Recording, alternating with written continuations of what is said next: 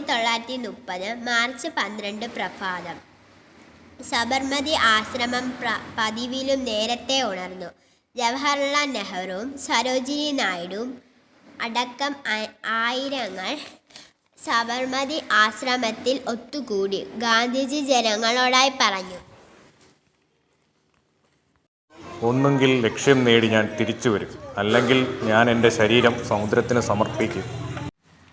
സബർമതിയിൽ നിന്ന് കാൽനടയായി 388 കിലോമീറ്റർ പൊള്ളുന്ന വെയിലിൽ നടന്ന് ഗാന്ധിജിയും അനുയായികളും 1930 ഏപ്രിൽ 5 ഗുജറാത്തിലെ ദണ്ഡി കടപ്പുറത്ത് എത്തി.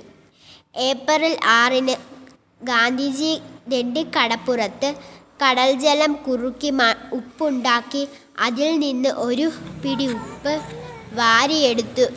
ഗാന്ധിജി തൻ്റെ വലതു കൈ ആകാശത്തേക്ക് ഉയർത്തി ജനങ്ങളോടായി പറഞ്ഞു: ഈ ഒരു പിടി ഉപ്പ് ശക്തിയുടെ പ്രതീകമാണ്.